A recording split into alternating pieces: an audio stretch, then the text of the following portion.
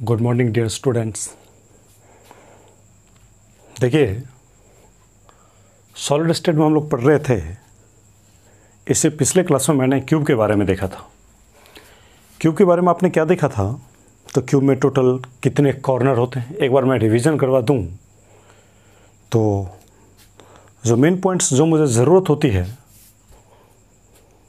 वो सारे पॉइंट को मैं एक बार रिव्यू करवा देता हूं।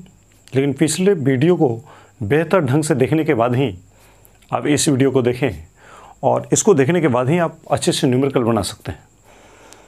तो इसलिए एक बार मैं रिवीजन करवा देता हूं कि ये 3 डायमेंशनल फिगर था, जिस फिगर का लंबाई, चौड़ाई और ऊंचाई, लंबाई, चौड़ाई और ऊंचाई ये तीनों ही बराबर था।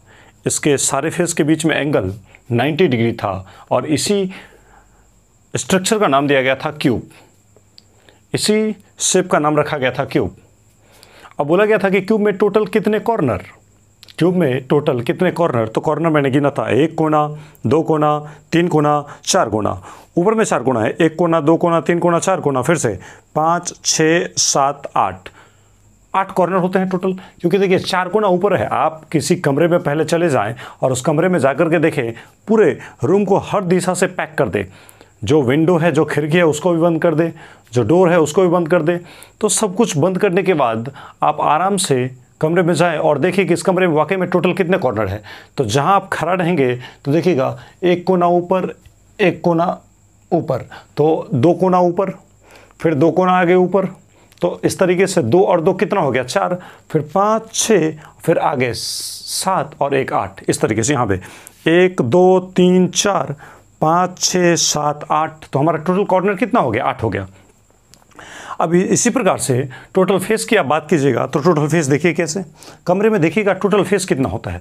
तो आप जहाँ भी खड़े रहेंगे तो आपके सामने में एक दीवार होगा, आपके पीछे एक दीवार होगा, आपके बाएं एक दीवार होगा, आपके दाएं एक दीवार होगा, आपके ऊपर एक दीवार होगा और आपके नीचे एक दीवार होगा। इस तरीके से टोटल फेस कितने हो जाते हैं? 6 हो जाते हैं। जैसे देखिए ना, आगे पीछे, दाएं बाएं, ऊपर नीचे, इस तरीके से टोटल फेस की संख्या कितना होता है? 6 फेस होते हैं। तो सीधा सा मतलब, कोई पूछे क्यूब में टोटल कितने फेस, तो 6 फेस। एज की बातें क्या था? एज मतलब किनारा, मतलब साइड की बातें क्या था? भुजा की बातें क्या था कि आखिर क्यूब में टोटल कितने साइड होते हैं। तो साइड की अगर बातें कीजिएगा तो देखिएगा 1 साइड, 2 साइड, 3 साइड, 4 साइड। मतलब ऊपर में कितने साइड है? 4। फिर से 1 साइड, 2 साइड, 3 साइड, 4 साइड, 4 भुजा।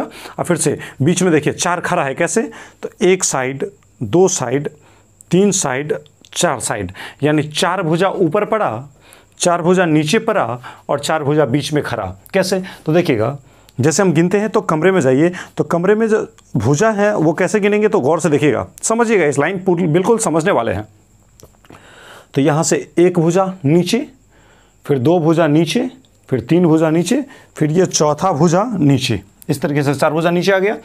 और फिर से ऊपर में देखिए, अब दीवार में इस कोना से इस कोना के मिलाएं तो 1 साइड, फिर इस कोना को उधर के कोना से मिलाए दूसरा साइड, फिर ये कोना को इधर कोना से मिलाए तीसरा साइड, और इस कोना को इस कोना से मिलाए चौथा साइड।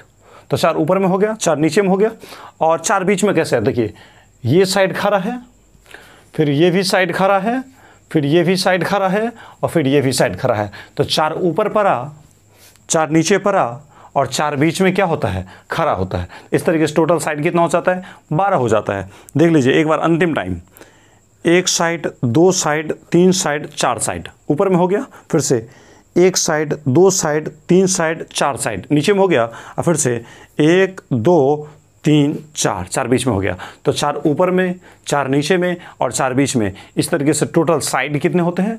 टोटल एज कितने होते हैं? 12 होते हैं। अब देखिए बॉडी डायगोनल की बात क्या था, तो बॉडी डायगोनल का मतलब कमरे के अंदर से, कमरे के बीचों बीच एक बांस डालिए। गौर से देख लीजिए, ये डिज़ाइन ऐसे हैं, सब दिशा में ऐसे ही रहेगा, सब दिशा में ऐसे ही रहेगा, क्योंकि ये क्यूब है। अब देखिए इसमें बॉडी डायगोनल हम लोग कैसे निकाले थे, तो इस कोना को मिलाना है इस कोना से, बीच से, कमरे के बीचों बीच एक बांस डालिए जिसमें कि इस कोना को इस कोना से मिला दें। फिर इस नीचे वाले को इस ऊपर वाले से मिलाना है, फिर इस ऊपर वाले को इस नीचे वाले से मिलाना है, फिर इस ऊपर वाले को इस नीचे वाले से मिलाना है। तो ये और ये मिलाएंगे, इसको अगर इससे मिलाते हैं एग्जैक्टली इन दोनों को, तो एक जैसे इस कोना का बिल्कुल डायगोनल में ये कोना आता है, ये कोना जैसे एक दूसरे का डायगोनल है, तो ये दोनों मिला के एक डायगोनल बनता है। तो फिर से ये दोनों मिला के एक डायगोनल, फिर से ये दोनों मिला के एक डायगोनल, फिर से ये दोनों मिला के एक डायगोनल। तो ऑलरेडी ऊपर का 4 नीचे के 4 के साथ डायगोनल मिलाएगा तो टोटल 8 कोने हैं। तो दो कॉर्नर से बनता है एक डायगोनल। एक ऊपर का कोना लीजिए और उसी के डायगोनल में एक नीचे का कोना लीजिए, तो दोनों कोना को खर्चा करने के बाद एक हमारा बॉडी डायगोनल आता है। तो इस तरीके से 8 कॉर्नर है, तो 8 कॉर्नर से कितना, 2 कोना से एक डायगोनल, तो 8 कोना से 4 डायगोनल बनेगा। तो इस तरीके से कमरे में 4 बॉडी डायगोनल होते हैं। और बॉडी डायगोनल एग्जैक्टली कमरे के बीच में, जैसे इस कोना के बांस को आप उस कोना में मिलाइए, फिर इस कोना के बांस को आप उस कोना में मिलाइए, फिर से उस कोना के बांस को इस कोना से मिलाइए और वहाँ के कोना के बांस को इस कोना से मिलाइए। तो ये चारों जो बांस आएगा एग्जैक्टली कमरे के बीच में हवा में सटेगा, और जहाँ सटेगा वहाँ बनेगा सेंटर, और उसका नाम रखा जाएगा बॉडी सेंटर। तो इस तरीके से बॉडी सेंटर कितना हो गया था, 1 हो गया था। गौर से देखिएगा। अब इन सारे बातों को लिखना भी है और इसमें बातों को समझना भी है। कैसे, तो एक बार मैं लिख के मिटाता हूँ पहले। जैसे देखिए,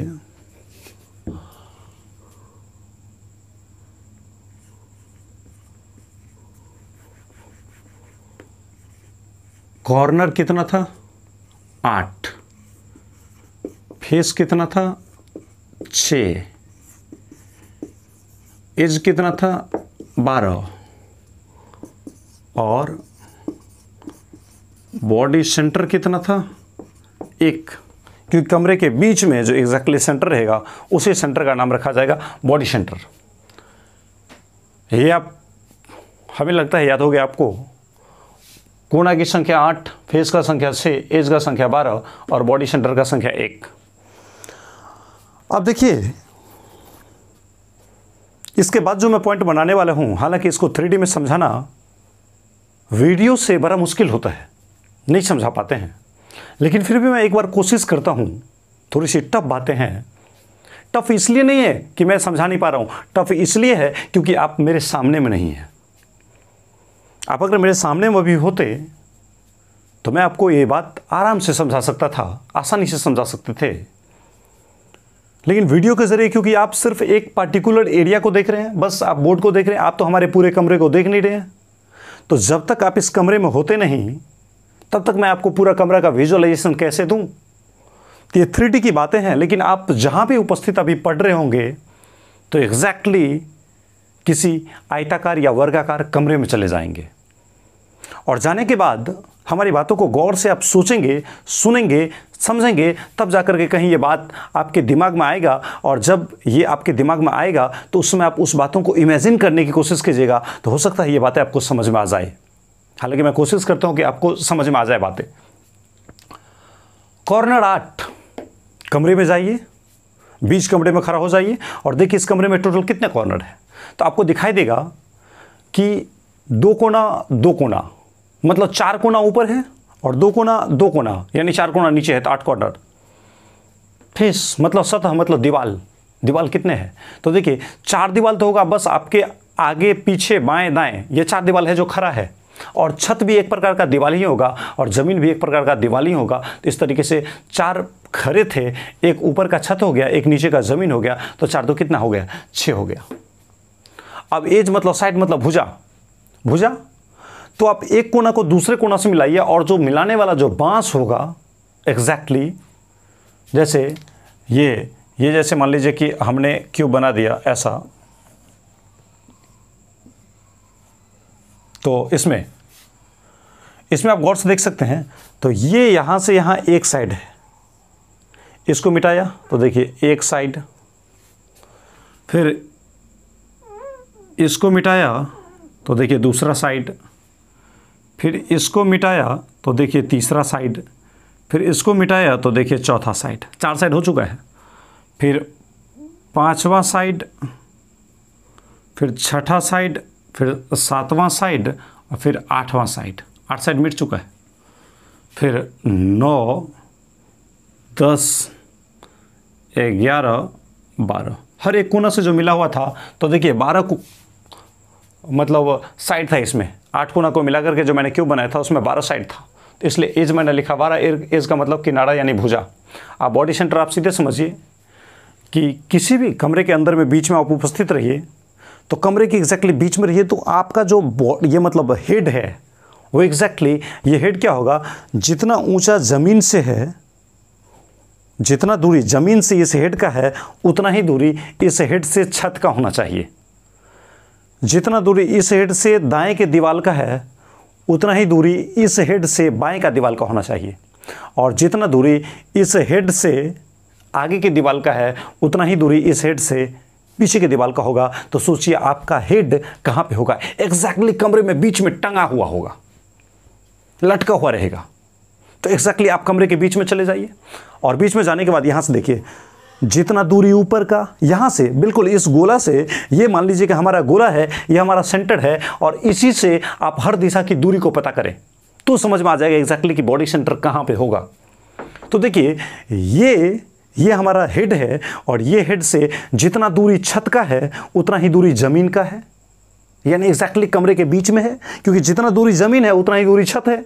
अच्छा, जितना दूरी बाएं का दीवार है यहाँ से उतना ही दूरी दाएं का दीवार है, और जितना दूरी यहाँ से आगे का दीवार है उतना ही दूरी यहाँ से पीछे का दीवार है। इसका मतलब ये जो हेड है हमारा, ये हेड एग्जैक्टली कमरे के बीच में है। नहीं आया समझ में क्या? फिर से दोहरा के आप समझ लीजिएगा। अब देखिए आपको जहां ये हेड बनेगा वो एग्जैक्टली कमरे का सेंटर होता है, और उसी सेंटर का नाम हम लोग रख देंगे बॉडी सेंटर।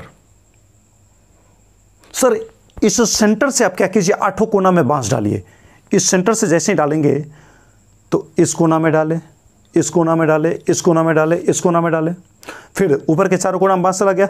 इसी सेंटर से 4 कोना नीचे, 1 कोना, 2 कोना, 3 कोना, 4 कोना। अब जो ये आपका हेड बनेगा वहाँ से आप हेड को हटाइए, और जहाँ पे ये सारा बांस का कनेक्शन है वहाँ बनेगा सेंटर, और वही बन जाएगा आपका बॉडी सेंटर। तो एग्जैक्टली कमरे के जो बीच में हवा में जो जगह बनता है जहाँ पे ये चारों बांस एक दूसरे को काटेगा वही बनेगा हमारा बॉडी सेंटर। बातें बड़ी आसान है, लेकिन 3D में चूंकि आप कमरे में हमारे सामने में है नहीं, इसलिए थोड़ी सी असुविधा हो रही है, लेकिन गौर कीजिएगा तो शायद बातें आपको समझ में आ जाएंगे। ये सारी बात आप समझ गए होंगे कि क्यूब में टोटल कितने कॉर्नर 8, क्यूब में टोटल कितना फेस 6, क्यूब में टोटल कितना एज 12, और क्यूब में बॉडी सेंटर की संख्या कितना होता है, तो मात्र 1 होता है। और वो कहाँ होता है, तो एग्जैक्टली कमरे के बीच में होता है। अब जरा गौर से सुनिए, इससे भी बातें थोड़ी सी अच्छे स्तर की मैं बातें कर रहा हूं। रट के भी आप बना सकते हैं, लेकिन रट के बनाना थोड़ा सा मुश्किल होगा, लेकिन समझ के बनाइएगा तो शायद आसानी से आप न्यूमेरिकल की धज्जी उड़ा देंगे।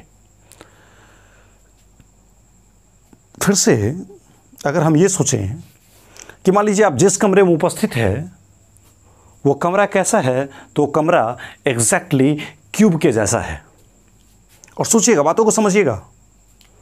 आप ऐसे कमरे के झुंड में हैं जहां पे लाखों करोड़ों कमरे हैं। कैसे कमरे हैं सर? तो सोचिए, जैसे आंख बंद कीजिएगा और सोचिए एग्जैक्टली कि आपका जो कमरा है एग्जैक्टली इसी क्यूब के जैसा है। क्यूब के जैसा है मतलब जितना दूरी है छत का, जितना बराबर छत का एरिया है उतना ही एरिया ज़मीन का है, उतना ही एरिया इन चारों दीवार का है। तो एग्जैक्टली सबका एरिया, सबका फेस जब बराबर एरिया का हो जाएगा, इसका मतलब वो कमरा एग्जैक्टली क्यूब बन जाएगा। अब सोचिए कि जिस कमरे में है, ध्यान देना, जिस कमरे में हैं आप, उस कमरे के ऊपर भी कमरा, उसके ऊपर भी कमरा, उसके ऊपर भी कमरा, उसके ऊपर भी कमरा, मतलब सारा कमरा एक ही डिजाइन का है। जिस कमरे में आप हो उसके नीचे भी कमरा, उसके नीचे भी कमरा, उसके नीचे भी कमरा, मतलब सारा कमरा एक ही डिजाइन का। जिस कमरे में हो उसी डिजाइन का वैसा ही कमरा बाएं है, उसके बाएं ऐसा ही कमरा, उसके बाएं ऐसा ही कमरा, उसके बगल में ऐसा ही कमरा, इसी डिजाइन का कमरा है ढेरों। जिस कमरे में हो उसके दाएं में ऐसा ही कमरा, फिर उसके दाएं में ऐसा ही कमरा, फिर उसके दाएं में ऐसा ही कमरा, बहुत दूर तक कमरा ही कमरा इसी टाइप से रिपीट हुआ है। जिस कमरा में आप हैं उसके आगे भी ऐसा ही कमरा है, ढेर सारे कमरे हैं लाइन में लगे हुए, और जिस कमरा में आप हो उस कमरा के पीछे ऐसा ही कमरा लाखों करोड़ों बार रिपीट हुआ है। मतलब समझिए आप अरबों खरबों कमरा के झुंड में उपस्थित है, और आप किसी एक कमरा में चले जाएं और उस कमरा के किसी एक कोना को देखें, तो ज़रा सोचिएगा लाइन, ध्यान देना, बड़ी इंपॉर्टेंट बात है। मैं कॉर्नर का कंट्रीब्यूशन बताने जा रहा हूं। जिस कमरा में है उसके बाएं में कमरा, सोचो कोई है कमरा, जिस कमरा में है उसके पीछे भी कमरा, नहीं समझे क्या? सोचो, जिस कमरा में है उसके बाएं भी कमरा, जिस कमरा में है उसके पीछे भी कमरा, और जिस कमरा में है उसके बाएं और पीछे के बीच में भी तो एक कमरा होगा उधर से, नहीं समझे क्या? जैसे देखिए हम ये बना रहे हैं कि हम छत पे चले जाए, किसी एक कोना के छत पे चले जाइए तो एग्जैक्टली इसी डिजाइन का आएगा। ऐसा मान लीजिए ये छत का कोना है, किसी छत का कोना है, इसको उठाइए और ऐसे एग्जैक्टली रखिए। तो ऐसे रखेंगे तो देखिए ये जो छत बनेगा वो किसी न किसी कमरा का छत बनेगा। ये जो छत है ये किसी न किसी कमरा का छत है। जैसे ये बोलते हैं ना कोना, तो एग्जैक्टली ये है हमारा कोना। जैसे ये बोलते हैं कोना, तो एग्जैक्टली ये है हमारा कोना। तो इस कोना से आप देखिए कितना कमरा भाग रहा है। तो ये एक कमरा होगा, ये मेरा कमरा, और ये मेरे बायां वाला कमरा। तो मेरा कमरा नंबर 1, मेरे बायां में कमरा नंबर 2। सोचिए मेरे पीछे में ये पीछा वाला कमरा है, और ये बायां वाला कमरा है, और ये पीछा और बायां के बीच में जो कमरा है वो कमरा है। जैसे मेरे डायगोनल में जो कमरा होगा, जैसे हम इस कमरा में उपस्थित हैं, ये मेरा कमरा है, तो देखिए ये मेरे पीछे का कमरा, ये मेरे बाएं का कमरा, और ये मेरे बाएं के पीछे का कमरा। नहीं समझ रहे हैं क्या? गौर से सोचिए, ये मेरा कमरा, ये मेरे बाएं का कमरा, ये मेरे पीछे का कमरा, और मेरे बाएं में गए और बाएं के जो पीछे का कमरा है वही तो ये कमरा है। समझ गए क्या? अब जरा सोचिए इस कमरा के अगर बात किया जाए, ये जो कोना है, अभी आपको लग रहा होगा कि सर ये कोना मेरे कमरा में भी है, इस कमरा में भी है, इस कमरा में भी है, इस कमरा में भी है, ऐसे हैं। तो ज़रा सोचिए इस कोना में अगर आग लग जाएगा तो इसका धुआं कितने कमरे में जाएगा? आप बोलेंगे 4 कमरा में। बिल्कुल गलत, क्योंकि जहां मेरा कमरा है तो मेरे ऊपर में भी तो कमरा है। मेरे बाएं का ये कमरा है तो मेरे बाएं के ऊपर भी तो कमरा है। मेरे पीछे का ये कमरा है, इसका मतलब मेरे पीछे के ऊपर का भी तो कमरा है। ये मेरे बाएं के पीछे का कमरा है तो उसके ऊपर भी तो कमरा है। जैसे आप किसी कमरा में आग लगा दीजिएगा, कोना में, सिर्फ कमरा के कोना में आग लगाइए, क्योंकि आपके इर्द गिर्द में असंख्य कमरा है। तो ये कोना का जो आग है, इसका जो धुआं है वो कितने कोना में जाएगा? तो 4 कमरा नीचे में जाएगा, 4 कमरा नीचे में जाएगा, और 4 कमरा ऊपर में भी ये धुआं चला जाएगा। कैसे? तो मान लीजिए इस कोना में जैसे ही आग लगेगा तो इसका धुआं जैसे ही मेरे कमरा में आएगा तो एग्जैक्टली इसी डिजाइन से मेरे ऊपर वाले कमरा में भी तो ये धुआं जाएगा। नहीं समझे क्या? जैसे ये जो हमारा कोना है, इस कोना में अगर आग लगेगा तो इसका धुआं जैसे मेरे कमरा में आता है तो ठीक इस कोना का धुआं मेरे ऊपर में जो कमरा है उसमें भी तो जाएगा। फिर इसी प्रकार से जैसे वो धुआं मेरे पीछे वाले कमरा में जाएगा ऐसे, तो मेरे पीछे के जो ऊपर जो कमरा होगा उसमें भी तो ऐसे धुआं जाएगा। फिर इसी प्रकार से मेरे बाएं में जो कमरा है उसमें अगर ये धुआं जाता है ऐसे, तो इसका मतलब मेरे बाएं के जो ऊपर में कमरा है उसमें भी धुआं कैसे जाएगा? ऐसे। और मेरे बाएं के पीछे जो कमरा है उसमें अगर धुआं जाता है ऐसे, तो इसका मतलब उस बाएं के पीछे के ऊपर में जो कमरा है उसमें भी धुआं कैसे जाएगा? ऐसे। इसका मतलब वहां पे अगर रखा जाए कोई सामान, तो सामान में योगदान, सामान में हिस्सा कितने लोग लेंगे? 8 लोग लेंगे। कौन कौन लेगा? हम लेंगे, मेरे ऊपर का लेगा, मेरे बाएं का लेगा और बाएं के ऊपर का लेगा, मेरा पीछा वाला लेगा, पीछा वाला के ऊपर वाला भी लेगा, मेरे बाएं के पीछा वाला लेगा और बाएं के पीछा का जो ऊपर वाला है वो भी लेगा। इसका मतलब कितने लोग मार करेंगे वहाँ पे? तो 8 लोग मार करेंगे। मतलब कमरा में कोना होता है 8, लेकिन किसी एक कोना की बात किया जाए कि एक कोना से कितने कमरे बने हैं, कितने कमरा में वो एक कोना भागता है, तो एग्जैक्टली वो 8 कमरा में भाग जाता है। तो सीधा सा मतलब है कि आप अगर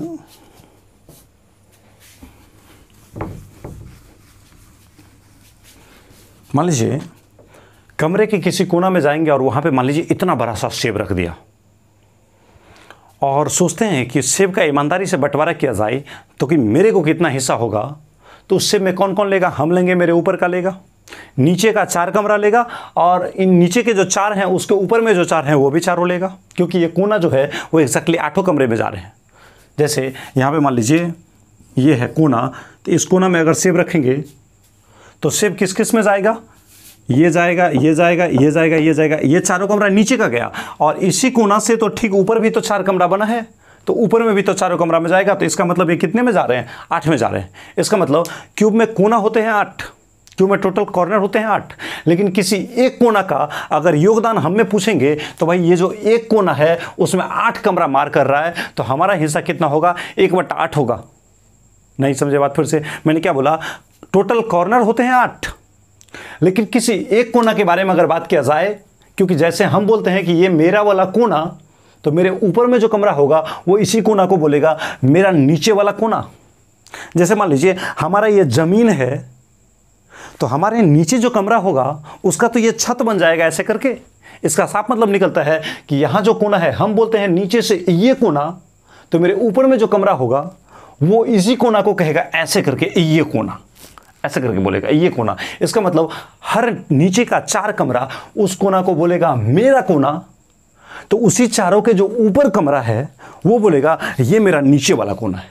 तो सीधा सा मतलब नीचे का बनता है ऊपर वाला कोना और ऊपर वाला का बनता है वही नीचे वाला कोना। इसका मतलब वो जो एक कोना है वो कितने कमरे में जा रहे हैं? 8 कमरे में जा रहे हैं। तो देखिए एक कोना अगर 8 भागों में बटेगा तो हमको कितना हिस्सा होगा? 1/8। तो बस वही बातें मैं आपको समझा रहा हूं कि कॉर्नर का कंट्रीब्यूशन, कॉर्नर का योगदान हमारे कमरे में होगा कितना? 1/8।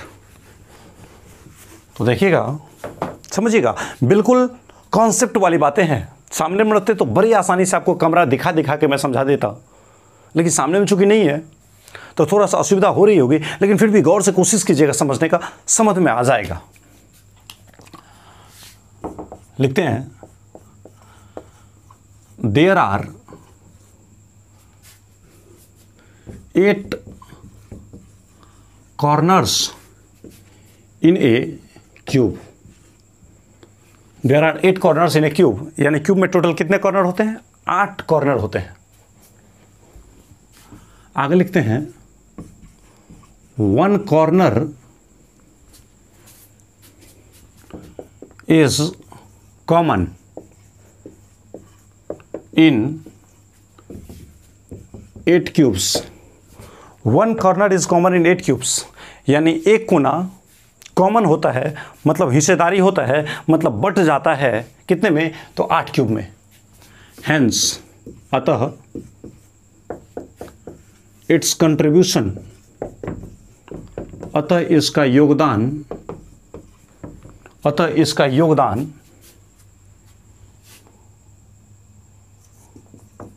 फ्रॉम 1 कॉर्नर, एक कोना से इसका योगदान इन ऑन क्यूब, ऑन क्यूब यानी एक कोना का योगदान हमारे कमरे में कितना होगा? विल बी कितना? 1/8 ऐसे हो जाएगा। कॉर्नर होता है 8, there are 8 corners in a cube. Cube में कॉर्नर कितना होता है? 8 होता है। 1 corner is common in 8 cubes, एक कोना 8 क्यूब में कॉमन होते हैं, यानी 8 भागों में बढ़ते हैं। हेंस अतः इट्स कंट्रीब्यूशन, कंट्रीब्यूशन का मतलब योगदान, मतलब साझा, अतः इसका साझेदारी, अतः इसका योगदान फ्रॉम वन कॉर्नर, एक कोना 8 में बटा, तो 8 में जब बटेगा तो 8 भाग में, एक को जब 8 भाग में बांटेंगे तो कितना होगा हिस्सा, 1/8 होगा। अतः इसका अपना वाला कमरा, अपना तो एक ही कमरा है ना जिसमें हम रह रहे हैं, तो इसका मतलब इस कोना का हमारे वाले कमरे में, अपने वाले कमरे में जो अपना मेरा एक कमरा है उसमें योगदान कितना होगा, तो भाई एक को अगर 8 भाग में बांटेंगे तो कितना होगा, 1/8 ही होगा योगदान। तो चलिए, कॉर्नर होता है 8, तो योगदान कितना होता है, 1/8। ये लाइन आपको समझ में आ गया होगा। अब आते हैं हम लोग किस पे, तो फेस पे आते हैं। चलिए, ये एक पॉइंट है, इस तरीके से फेस पे आ जाइए। तो फेस की संख्या कमरे में कितना होता है, 6। फेस मतलब दीवार समझिए ना, सतह समझिए ना कमरे का। तो जैसे 4 दीवार तो आपको खरा सामने से ही दिख रहा होगा, आगे भी है, पीछे भी है, बाएं भी है, दाएं भी है। तो एक छत भी तो एक प्रकार का दीवार है। जैसे मेरे लिए है छत, तो मेरे ऊपर में जो कमरा है उसके लिए मेरा छत तो जमीन बन जाएगा, और जैसे मेरे लिए जो जमीन है वो नीचे वाले कमरे के लिए, हमारे कमरे के जो नीचे में कमरा है उसके लिए मेरा ही जमीन छत बन जाएगा। तो बस वही बातें तो मैं कह रहा हूं कि आखिर 6 फेस हैं, तो आगे भी है, पीछे भी है, दाएं भी है, बाएं भी है, ऊपर भी है और नीचे भी है, इस तरह सी बात है। तो अब देखते हैं कि आखिर फेस का योगदान कितना है। तो मान लीजिए किसी कमरा के एक दीवार में अगर आग लग जाएगा, किसी कमरा के एक दीवार में, सिर्फ एक दीवार में आग लगना चाहिए, किसी और दीवार में नहीं, सिर्फ एक दीवार में आग लगना चाहिए, तो उससे कितने को नुकसान होगा, कितने में धुआं जाएगा। तो भाई किसी, मान लीजिए हमारे इस दीवार में आग लगेगा, तो इस दीवार का धुआं मेरे में तो आएगा ही, साथ में मेरे पीछे वाले में भी जाएगा। जैसे मान लीजिए सिंपल सा लाइन, मेरे छत में आग लग जाए तो इसका धुआं कहाँ कहाँ जाएगा, तो मेरे कमरे में तो आएगा ही, साथ में मेरे ऊपर में जो कमरा है उसमें भी वो धुआं जाएगा, मतलब 2 कमरे को बर्बाद करेगा। इसका साफ मतलब निकलता है कि फेस पे मतलब जैसे ये कमरा है, ये कमरा का मान लीजिए कि दीवार है, और इस दीवार में मान लीजिए ये फेस का डायगोनल है, और डायगोनल से बना हुआ ये सेंटर है। इस सेंटर पे अगर हम गोला रखें तो आधा गोला आएगा मेरे कमरे में और आधा गोला जाएगा इस दीवार के पीछे वाले कमरे में। यानी मेरा योगदान कितना होगा, तो सिर्फ आधा होगा। फेस होता है 6, लेकिन किसी एक फेस का योगदान हमारे कमरे में पूछा जाए तो मात्र आधा होगा, क्योंकि वो फेस जो होता है वो 2 कमरे के बीच में होता है। तो 2 कमरे के बीच में होता है, इसका मतलब अगर वहाँ पे आग लगे तो उसका धुआं दोनों कमरे में जाएगा, आधा मेरे में आएगा, आधा मेरे पीछे वाले में जाएगा।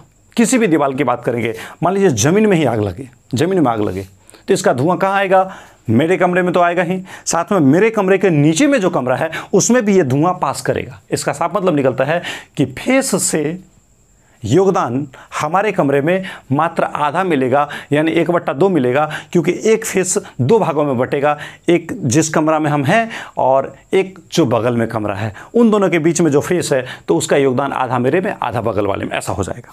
तो हम लिखते हैं इस बात को, थोड़ा समझिएगा क्योंकि 3D की बात है। There are 6 faces in a cube. There are 6 faces in a cube, यानी क्यूब में कितने 6 फेस होते हैं। आगे लिखते हैं क्या चीज, 1 face is common in 2 cube। एक फेस जो होता है वो कॉमन होता है किसमें, 2 क्यूब में। Hence, अतः इट्स कंट्रीब्यूशन, अतः इसका योगदान फ्रॉम वन फेस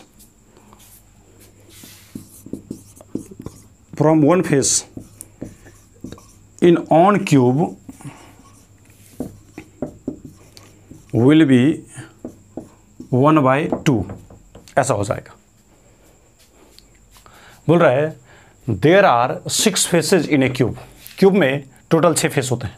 आगे बोल रहा है 1 face is common in 2 cube, एक फेस जो होते हैं वो 2 क्यूब में कॉमन होता है।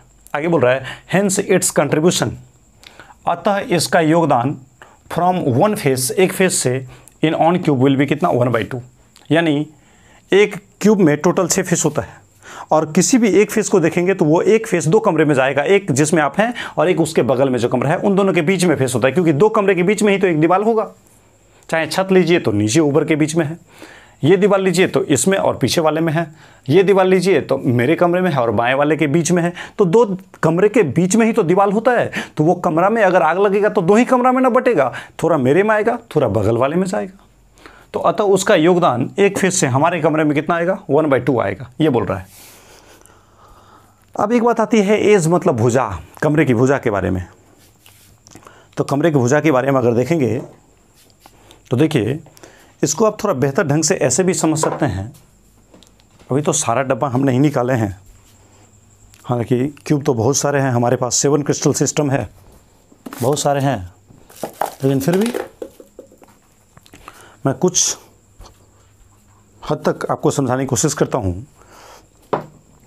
जैसे देखिए, ये एक फेस है, एक फेस। अब देखिएगा यहाँ फेस ने, सॉरी एज बोल रहे हैं, फेस नहीं एज। तो देखिए ये दोनों कमरा है, 2 कमरा को मैंने सटाया तो यहाँ पे बना एज, बीच में कौन है, बीच में है एज।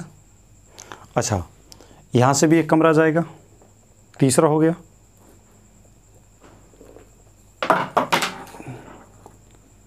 इस तरीके से थोड़ा देखें, ये तीसरा है और आपका ये भुजा था, भुजा है। और एक भुजा, एक क्यूब, इसी डिज़ाइन का एक क्यूब तो यहाँ भी रहेगा, एग्जैक्टली एक है, इसके ऊपर रहेगा दूसरा, फिर ये एक है उसके ऊपर रहेगा दूसरा। इस तरीके से देखिए, ये जो भुजा है, ये पूरा भुजा, ये किस किस कमरे में जा रहा है, इसमें भी आएगा, फिर इसमें भी जाएगा, फिर ऊपर में भी आएगा, फिर इस ऊपर में भी जाएगा, इस ऊपर में भी एक कमरा में जाएगा। तो ये कलम अगर बंटवारा किया जाए तो ऑलरेडी ये जो भुजा है, इसके जो ये वाले भुजा है, यहाँ वाले जो भुजा है, ये भुजा, इसको ऐसे देखिए, इन दोनों ही कमरे के बीच में जो यहाँ पे भुजा है, ये साइड किस में जा रहा है, तो ये साइड 2 कमरा नीचे में जा रहा है और 2 कमरा ऊपर में, एक यहाँ डालें और ये भुजा रहेगा और एक क्यूब तो यहाँ भी डालेंगे। तो इस तरीके से ये जो कलम है वो कितने कमरे में जाएगा, नीचे के 2 कमरे में जाएंगे और ऊपर के 2 कमरे में जाएंगे, एंड कितने में जाएंगे, तो 4 में जाएंगे। यानी एक भुजा का बंटवारा कितने में, 4 कमरे में होता है। जैसे गौर से देखिए, इसको ऐसे भी समझ सकते हैं कि मान लीजिए कि हमारा ये एक भुजा है, ऐसे ये एक भुजा है, तो ये भुजा किस किस कमरे में है, किस किस कमरे में जाएगा। मान लीजिए इस भुजा में यहाँ पे आग लग जाएगा तो इसका धुआं कहाँ कहाँ जाएगा, यहाँ से धुआं फस मेरे में आएगा, फिर यही धुआं पीछे वाले कमरे में जाएगा, फिर यही धुआं मेरे ऊपर वाले कमरे में जाएगा और फिर यही धुआं मेरे पीछे के ऊपर वाले में जाएगा। यानी इस भुजा में अगर आग लगेगा तो इसका धुआं 4 में जाएगा, कहाँ कहाँ, तो 2 कमरा नीचे, तो 2 कमरा नीचे में कौन कौन आएगा, एक मेरा आएगा, एक मेरे पीछे का आएगा, और 2 कमरा ऊपर, किसका, तो मेरे ऊपर का कमरा और मेरे पीछे के ऊपर का कमरा, मतलब इस 4 कमरे में बटेंगे। इसका मतलब भुजा का योगदान हमारे कमरे में कितना होगा, 1/4, क्योंकि एक भुजा अगर 4 कमरे में जाएगा तो हमको कितना हिस्सा होगा, एक भुजा 4 में बटेगा तो भाई 1/4 ना हो जाएगा मेरा हिस्सा। इस वजह से यानी 1/4 मेरा योगदान आएगा। इस दोनों को मैं मिटा दूं क्या, मिटा देते हैं, लिख लिए होंगे, मिटा देते हैं इसको। मतलब हम ये लिखने वाले हैं कि एक कमरे में टोटल 12 भुजा होते हैं, लेकिन किसी एक भुजा का योगदान अगर मेरे कमरे में पूछा जाए तो मेरे कमरे में किसी एक भुजा का योगदान होता है 1/4।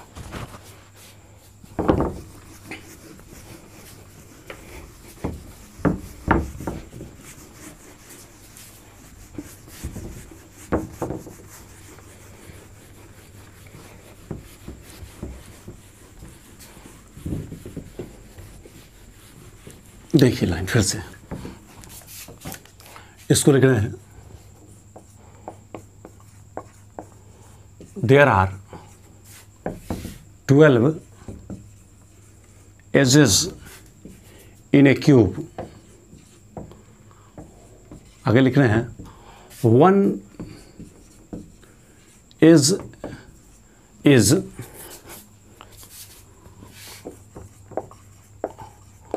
Common in 4 cube. एक भुजा कितने क्यूब में कॉमन है? 4 क्यूब में कॉमन है। हेंस अतः इट्स कंट्रीब्यूशन, अतः इसका योगदान इन hence its contribution from one edge in on cube will be 1/4। ऐसे हो जाएगा। अब देखिए यहाँ पे एक आता है मात्र, अब लास्ट बॉडी सेंटर। तो बॉडी सेंटर तो आपको पता है कि मेरे कमरे के एग्जैक्टली बीच में मेरे सर पे बनता था। कमरा के जो 4 बांस डायगोनल में कोना से कोना, कोना से कोना, कोना से कोना, कोना से कोना मिलाए, जैसे ये देखिए इस आकृति को अगर आप देख रहे होंगे, इस आकृति में देख रहे होंगे कि हर एक कमरा के यहाँ नहीं, यहाँ देखिए, इसमें देखिए 4 ऊपर में कोना है, 4 नीचे में कोना है, और अगर आपको हो सकता है दिख रहा होगा तो बीच में देखिए एक गोला है पीला कलर का, दिख रहा है क्या? इधर से देख सकते हैं या इधर से भी देखिए, बीच में एग्जैक्टली कमरा के बीच में जो ऊपर से नीचे से आगे से पीछे से बाएं से दाएं से एग्जैक्टली बराबर दूरी पे अटका हुआ पीला कलर का गोला है, वो एग्जैक्टली बीच में है, तो वही बनता है बॉडी सेंटर। तो बताइए वहाँ पे अगर कोई वस्तु रखा हुआ है तो वो किसका होगा? सिर्फ और सिर्फ मेरा होगा। तो बॉडी सेंटर होता है एक, और उसका योगदान सिर्फ मेरे कमरे में होते हैं। वो जो कमरे के बीच में रखा हुआ है उसमें तो कोई बगल वाला नहीं बोलेगा कि भाई मेरा भी इसमें हिस्सा दो। कोना में हिस्सा लेता था, भुजा में हिस्सा लेता था, तो सिंपल सा लाइन फेस पे हिस्सा लेता था, लेकिन जो एग्जैक्टली मेरे कमरे के बीच में है उसमें तो कोई कमरा हिस्सा नहीं लेगा। इसका मतलब ये निकला कि बॉडी सेंटर की संख्या भी होता है एक, और वो पूरा का पूरा 100% मेरा ही होता है। इसका मतलब उसका कंट्रीब्यूशन भी कितना होगा? एक। कंट्रीब्यूशन मतलब योगदान। तो लिखते हैं there is only one body centre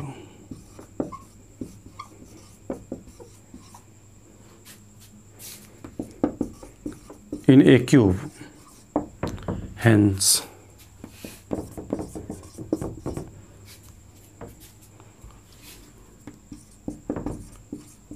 inside the cube के अंदर में, hence its contribution, अतः इसका योगदान in on cube will be 1। अतः इसको योगदान हमारे कमरे में कितना होगा? हमारे कमरे में एग्जैक्टली इसका योगदान 1 हो जाएगा। तो इसको आप लिख लिए होंगे। कॉर्नर होता था 8, लेकिन योगदान एक कोना से कितना? 1/8। फेस होता था कितना? 6, लेकिन उसका योगदान एक कमरे से एक फेस से कितना? 1/2। एज होता है 12, लेकिन उसका योगदान एक एज से कितना होता है? 1/4। और बॉडी सेंटर की संख्या होता है 1, और उसका योगदान भी कितना होता है? 1। अब मैं इसको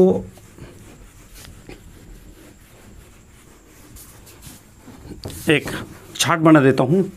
उस चार्ट को आप ध्यान रखिएगा, सारा न्यूमेरिकल उसी से बनेगा। मैं यहाँ पे लिख देता हूँ साइट्स, और यहाँ लिखता हूँ उसका कंट्रीब्यूशन। कंट्रीब्यूशन मतलब योगदान। देखिए साइट्स मतलब होता है जगह, जगह यानी लैटिस साइट्स बोलिए, लैटिस साइट्स बोलिए, या इसी को बोलते हैं लैटिस पॉइंट। तो इसका पहला पॉइंट होता है कॉर्नर, दूसरा पॉइंट होता है फेस, तीसरा पॉइंट होता है एज, और चौथा पॉइंट होता है बॉडी सेंटर। बताइए कॉर्नर कितना था? 8, फेस कितना था? 6, एज कितना था? 12, बॉडी सेंटर कितना था? 1, और कॉर्नर का कंट्रीब्यूशन योगदान कितना था? एक कोना से 1/8, एक फेस से 1/2, एक एज से 1/4, और बॉडी सेंटर का योगदान 1। ये चार्ट इतने देर से मैं इसी को समझा रहा था। ये चार्ट अगर आपको याद रहेगा तो भी आपको न्यूमेरिकल अच्छे से बन जाएगा ऑब्जेक्टिव का। आज की क्लास हम यहीं तक रखते हैं, मिलते हैं फिर से अगले वीडियो में। अगर ये आपको वीडियो समझ में आई हो तो हमारे चैनल को अवश्य ही शेयर और सब्सक्राइब करें। और इसमें 11वीं और 12वीं दोनों के वीडियो दिए जा रहे हैं। हमारे चैनल का नाम है केमिस्ट्री कार्ड। तो मिलते हैं फिर से नेक्स्ट क्लास में नेक्स्ट वीडियो के साथ, इसी पॉइंट पे ढेर सारे न्यूमेरिकल लेकर के।